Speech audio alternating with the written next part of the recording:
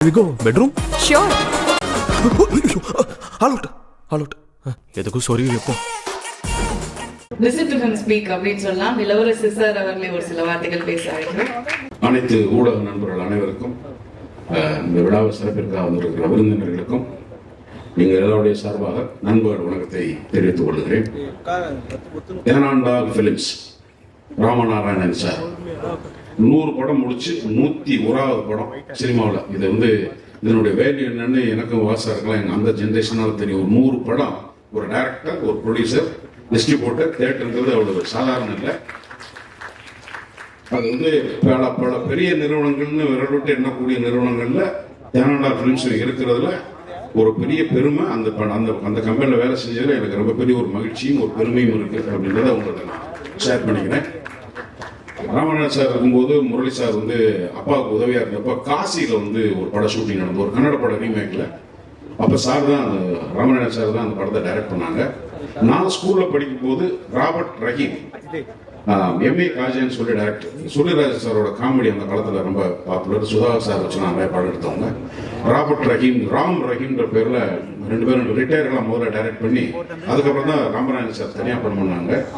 Ramanathan sir வரும்போது இந்த வேலையில்லா திண்டாட்டம்ன்றது அப்ப 80sல ரொம்ப பெருசா இருக்கும்.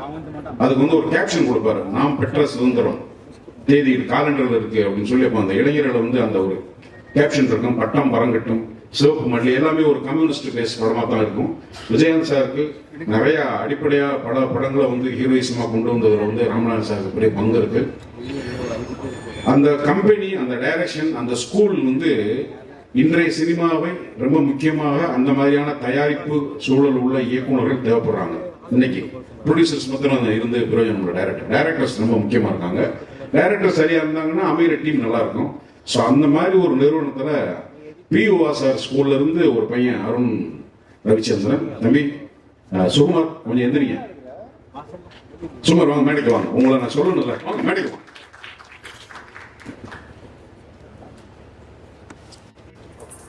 மேல வாங்க. சுகுமார் பியூஆர்ஆரோட அசோசியேட், அருண் அவருக்கு கீழே இந்த படத்துல தூணா இருந்து வேலை செஞ்சது சுகுமார். அது நான் ஒரு டெக்னீஷியனாவும் சரி, ஒரு ப்ரொடியூசர் பாயிண்ட் ஆஃப் வியூ சரி, ஒரு நடிகனாவும் உனக்கு ரொம்ப மரியாதை செய்ய கடன்பட்டிருந்த தம்பி. உன்னை மேடை ஏற்றி அவங்களை அறிமுகப்படுத்துற வாய்ப்பு எனக்கு கிடைச்சதுக்கு நன்றி. எதிர்காலத்தில் நீங்க பெரிய டைரக்டரா வரணும், என்னுடைய மனமார்ந்த வாழ்த்துக்கள். கண்டிப்பா இத மாதிரி ஒரு சீனியரை கையாளுறதுக்கு ஒரு பக்குவம் வேணும். அருண் நல்ல டைரக்டர் அப்படின்றதுக்கு முதல்ல எனக்கு போன்ல தான் லைன் சொன்னாப்ல. அப்பாவா அப்படின்னு எனக்கு கொஞ்சம் டயர்டே, இன்னைக்கு கவர்மெண்ட்ல கூட்டி கொண்டு போய் குடும்ப கட்டுப்பாடு பண்ணிட போறாங்க, நிறைய பிள்ளை பார்க்கறேன்னு, அவ்வளவு பேத்துக்கு அப்பாவை நினைச்சு டயர்டா இருக்கு அப்படின்ட்டு கதை சொல்லும் போது என்னன்னா, வெறும் 2 விதமான அப்பா தான். ஒண்ணு, அப்பா செய்யறதெல்லாம் என்கரேஜ் பண்ணிட்டே இருக்கும், மையம் பையன் பண்றத பூரா என்கரேஜ் பண்ணுவார், நீ பண்ணுடா பாத்துக்கலாம். நான் உதாரணமா குடிக்கிறாங்க, குடி, அம்மா திட்டம். சில அப்பா என்ன பண்ணுவான், நல்லா போனா உருப்பிடுவானா நாசமா போனா அப்பாவே சொல்லுவாங்க. அந்த 2 வகையான அப்பா தான் சினிமாவில தொன்று தொட்டு இருந்துட்டு இருக்காங்க. இந்த 2 அப்பாவை தாண்டி என்ன பண்ண முடியும், என்ன சொல்ல போகும்போது கோலா ஒரு பிலிம்ல இந்த கேரக்டர் படம் முடிஞ்சு வரும்போது ஒரு நடிகனா இளவரசி எப்படி ஒரு கதாபாத்திரம் தேர்ந்தெடுக்கலாம்னா, படம் முடிஞ்சு வெளியே வரும்போது இந்த கேரக்டர் ஒரு சீனாவது ஞாபகம் இருக்குமா, இந்த கேரக்டர் வெளியே வரும்போது இந்த இளவரசி நடிச்சார் அந்த கேரக்டர், அவ்வளவுதான் நான் யோசிப்பேன். ஏன்னா அதுக்கு மேல ஒரு படத்துல ஹீரோயினை தாண்டி, ஒரு காமெடியனை தாண்டி, வில்லனை தாண்டி ஒரு கேரக்டர் ஆர்டிஸ்டுக்கு சீன் கிடைக்கிறது, கேரக்டர் கிடைக்கிறது கஷ்டம். பட் இந்த படத்தை ஒதுக்க முடியல. அந்த பையன் பிரசன்ட் பண்ணும்போது ஷார்ட் ஆர்டரா சொன்னாப்ல. நான் அடிப்படையா ஒரு கேமராமேன் இருக்கும்போது ஒரு சீனை கேட்கும் போது ஷார்ட் ஆர்டரா சொல்லும் போது மண்டையில படம் ஓட ஆரம்பிக்கும். அருண் சொன்னதுக்கு அப்புறம் நான் எதுவுமே இல்லை சரிப்பா அப்படின்னு போயிட்டு ஃபர்ஸ்ட் டே சீன் பண்ண போகும்போது இந்த ஷாட் இது வரைக்கும், இந்த ஷாட் இது வரைக்கும், இந்த ஷாட் இது வரைக்கும் சொல்லணும்னா, ஒரு டைரக்டரோட கிளாரிட்டி, ஒரு ப்ரொடியூசருக்கு என்ன தேவைன்னா, இன்னைக்கு எடுக்க போறது சீன் என்ன, இன்னைக்கு போட்டிருக்க பிரேக் டவுன் என்ன, யார் நடிகர் எத்தனை மணிக்கு வரணும், எப்போ போகணும், இன்னைக்கு இந்த சீன் இந்த லொகேஷன் முடிஞ்சிருவாங்கிறதுக்கு ஒரு டைரக்டர் கொடுத்துட்டா இன்னைக்கு சப்பா ஒரு பெரிய இமாலய சாதனை வந்தது மாதிரி இருக்கும் ப்ரொடக்ஷன். ஏன்னா எந்த சீன் எப்படி முடியுது, என்ன முடியுது தெரியல. நடிக்க போகும்போது 3-4 கேமரா இருக்கு, வேற ஆங்கிள் வருது, வேற மேக்கிங் வருது, எந்த ஷாட் மாஸ்டர் ஷாட்டா வரும், எந்த ஷாட் எங்க இன்டர்கட் ஆகும்னா தெரியல. ஆனா இந்த படத்துல அந்த குழப்பமெல்லாம் வேலை செஞ்ச அருண், உனக்கு நான் ரொம்ப நன்றி கடமைப்பட்டிருக்கேன். இன்னைக்கு சினிமாவுக்கு தேவை அருண் மாதிரி பியூஆர்ஆர். ஏன் அடிக்கடி பியூஆர்ஆர் சொல்றேன்னா, எடிட்டோரியல் டைரக்டர். நான் சொன்னேன் இல்லையா, இன்னைக்கு ஷெட்யூல் பிஓஆர் சார் நடிக்க போனாலோ ஒரு கேமராமேனா போனாலோ டேட் இத்தனை தேதிக்கு டைம் சொன்னா அந்த டைம் நீங்க கிளம்பி போயிடலாம். அவ்வளவு ரெஸ்பான்சிபிள் பர்சன். ஒரு ஸ்கூல் வாசு சார்ங்கிறது பாரதி ராஜா மாதிரி, மணிரத்னம் மாதிரி, வாசு சார்ங்கிறது ஒரு பிராண்ட்னா எடிட்டோரியல் டைரக்டர், டிசிப்ளின் டைரக்டர். அதுக்கு எனக்கு தெரிஞ்சு அவருடைய இடத்தை ஃபில்அப் பண்றதுக்கு இந்த தலைமுறை டைரக்டர் வாய்ப்பு கிடைச்சா மிகப்பெரிய எதிர்த்துசாலி. அத்தனை ஹீரோஸோட ஒர்க் பண்ணிருக்காரு, அத்தனை நிறுவனோட வேலை செஞ்சிருக்காரு. ஒரு டைரக்டர் அவ்வளவு நாள் ஜேர்னி பண்றதுல அவ்வளவு சாதாரணமா கிடையாது. வாசு சார், உங்களுடைய பிளஸிங்ஸ் இந்த பசங்களுக்கு இருக்கிறது எப்பவுமே ரொம்ப நன்றி சார். இந்த படத்தோட நடிக்கும் போது வந்து தம்பி ஹரிபாஸ்கர் ஃபர்ஸ்ட் டே வந்து எனக்கு ஒரு பெரிய யூடியூப்ல, நமக்கு வந்து யூடியூப் இன்ஸ்டாலாம் வந்து இப்பதான் நான் பார்க்க ஆரம்பிக்கிறேன். அதுக்கு முன்னாடி எனக்கு பெரிய அறிமுகம் இல்லை. அது சினிமாக்காரங்கிற திமிரில் இல்லை, அது மேல நமக்கு எலக்ட்ரானிக் இதில் வந்து மேக்சிமம் வாட்ஸ்அப் இல்லைன்னா ஏதாவது படங்கள் சினிமா பார்த்த விமர்சனத்தோட அதிகமாக பார்த்தது இல்லை. பட் ஹரிபாஸ்கர் அதில் பேசுறாருன்னா யூடியூபர்ஸோட நிறைய பேரோட நடிச்சிருக்கேன். அவங்க என்னன்னா அவங்க ஸ்டார்ட் கேமரா அவங்களே பேசிடுவாங்க. அவங்களுக்கு எங்கே ரியாக்ஷனை சேஞ்ச் பண்றது எதுவும் வராது. ஏன்னா அவங்களுக்கு ஒரு லைவ் அவங்க பேசி பண்ணிடுவாங்க. எந்த இடத்துல என்ன மாடுலேஷன் வரணும், இந்த மாடுலேஷன் இப்படி கட் பண்ணலாம், எந்த இடத்துல பாஸ் விடணும், இந்த கண்டிஷன் தான் யூடியூபரா இருக்கும்போது தெரியாது. ஏன்னா அவங்க பேசிடுவாங்க. ஆனா சினிமாவுக்கு வரும்போது ஒரு டைரக்டரோட கட்டுப்பாட்டுல இந்த வசனத்தை இப்படி பேசுன்னு, இந்த இடத்துல நீ பிரேக் பண்ணு, அவங்க அந்த இடத்துல பேசுவாங்க. அவங்க பேசும்போது நீ சும்மா நின்றக்கூடாது, உன் கை எங்க இருக்கணும், கால் எங்க இருக்கணும், இவ்வளவு இன்ஸ்ட்ரக்ஷன் வரும்போது கன்ஃபியூஸ் ஆகிடும். சினிமாவில் ஆக்டிங்க்கும் யூடியூபர் தனியா பண்றதுக்குமான வித்தியாசம். அதாவது சினிமாவில் இருக்க போற அறிவாளி அவங்க கம்மின்றதா சொல்லவில்லை, அந்த பட பயிற்சி, நடிப்பு பயிற்சி. ஹரிபாஸ்கர் வரும்போது சின்ன சின்ன ரியாக்ஷன்ஸ் வந்து ஃபர்ஸ்ட் டே அப்சர்வ் பண்ணும்போது டக் டக்குன்னு நீங்க ட்ரெயிலர் பார்த்துருப்பீங்க. அப்புறமா தான் நான் தம்பிகிட்ட பேச ஆரம்பிச்சேன். எனக்கு அந்த பாயிண்ட பேசும்போது எனக்கு என்னன்னா, இந்த கலாணி படத்துல விமல்கிட்ட நான் ஒர்க் பண்ணும்போது எனக்கு ஒரு சின்ன இன்டிமேசி இருந்துட்டே இருக்கும். அந்த பாயிண்ட அவனை திட்டுறது மாதிரி இருக்கும், ஆனா அந்த ஒரு சின்ன பாசம் ஒன்று நம்ம நடிச்சுட்டு தான் இருப்போம். நடிக்கிறதை தாண்டி ஒரு ப்ளூடூத் மாதிரி உள்ளர போய் ஒரு கம்பியில தந்தியில் ஒரு கனெக்ஷன் இருந்துகிட்டே இருக்கு அந்த கேரக்டரோட. அது மாதிரி ஹரிபாஸ்கர்ட்ட எனக்கு ஒரு நல்ல ஒரு கனெக்ட் இருந்தது.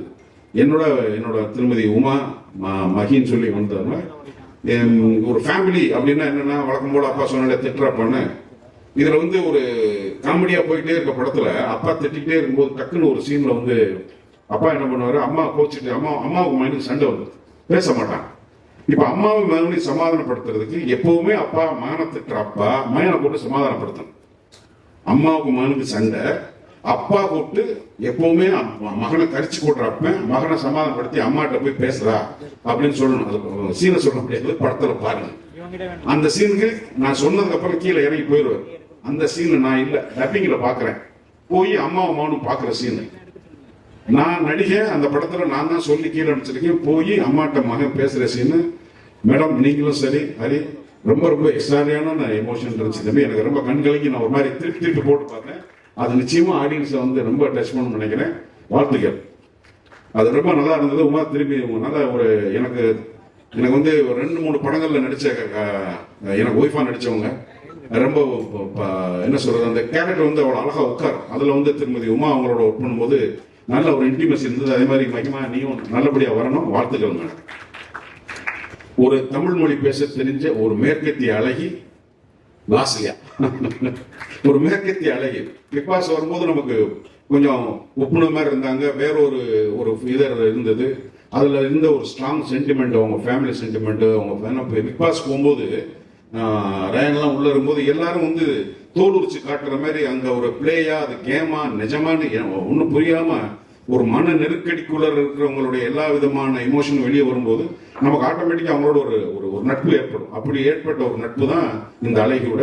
எங்களோட காம்பினேஷன் கம்மி, ஆனா அதுல என்னன்னா ஒருத்தனை சந்தேகிச்சுட்டே இருக்கணும், ஒருத்தனோட வெறுப்புல இருக்கணும், டக்குன்னு லவ் பண்ணணும், அவனுடைய ஒவ்வொரு ஆக்டிவிட்டியும் வரணும். அது மாதிரி ஒரு சின்ன காம்ப்ளிகேட்டடான பெர்ஃபார்மன்ஸ் ஓரியன்டட் ரொம்ப என்ஜாய் பண்ணிருக்காங்க. வாழ்த்துக்கள் லஸ்லியா, நல்லா இருக்கணும். வாழ்த்துக்கள்.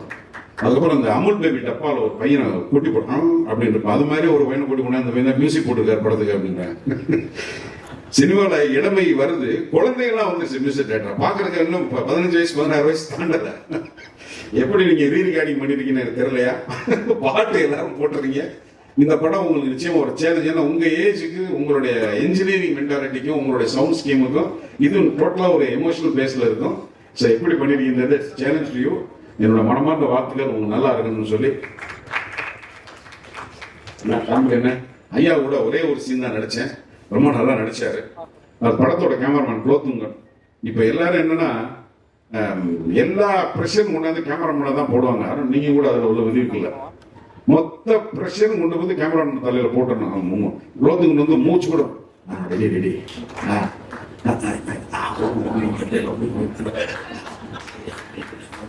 என்னடா நடக்குதுங்க, இந்த பக்கம் ஒரு பக்கம் கையாடுறான் காலாடுறது கேமராமேனுக்கான பிராக்டிஸ். ஏன்னா ஒரு சின்ன இடம் பெரிய விஷுவலா பெரிய கிராண்டான ஒரு கம்போசிஷன் வைக்க முடியாது, கலர்ஃபுல்லா ஒன்றும் பண்ண முடியாது. நான் நடிச்ச சீன்லாம் வந்து ஒரு ஹவுசிங் போர்டு டெலிஃபோன் எக்ஸ்சேஞ்சோட ஒரு டபுள் பெட்ரூம் வீடு, அது லென்ஸே பெரிய ஒயிட் லென்ஸ் வச்சா தான் முழு வீட்டையும் காமிக்க முடியும். அதுக்குள்ள ரொம்ப போராடணும். அவர் கிடைச்ச டைம்ல அவரால் முடிஞ்ச அளவுக்கு. அப்புறம் இந்த பக்கம் ஒரு செட்ல ஒரு ஷூட் முடிச்சுட்டு இது நடந்து லைட் பண்ணிட்டு இருக்கும்போது ஆப்போசிட்ல ஒரு கிரீன் மேட் வச்சு அதுக்குள்ள ஒர்க் பண்ணணும். சும்மா பிரேக் டவுன்லாம் போட்டிருந்ததா பாத்தீங்கன்னா, ஏன்னா அப்படி இருந்தா தான் முடிக்க முடியும். அந்த கண்டிஷனுக்கு வேலை செய்யறதுக்கு ஒரு டெக்னீஷியன் லைட்டா, அதுக்கப்புறம் he can survive. எல்லாரும் வந்து இந்த படத்துல மிகப்பெரிய வெற்றியை பல படங்கள் நடிச்சுட்டு இருக்கேன். இந்த படம் ஒரு ட்ரெண்ட் செட்டை உருவாக்கணும். டைரக்டர், ஹீரோ, ப்ரொடியூசருக்கும் ஒரு பெருசா இருக்கணும். சார் மேடியர் சார், உங்களை விட்டு நிதின் சார், உங்களை விட்டு நான் நண்பராக பேசிட்டு இருக்கேன். Welcome to Madras film industry sir. My wishes to you. வாய்ப்புக்கு நன்றி. பேசணும், இந்த படத்தை பத்தி நிறைய பேசலாம். என்ன நிறைய பேர் பேசுறது உங்களுக்கு பசிக்கிற நேரத்தில் உங்க கூட ரொம்ப கொள்ளக்கூடாது. Thank you very much. Anjana, sorry ரொம்ப நேரம் எடுத்துட்டேன்.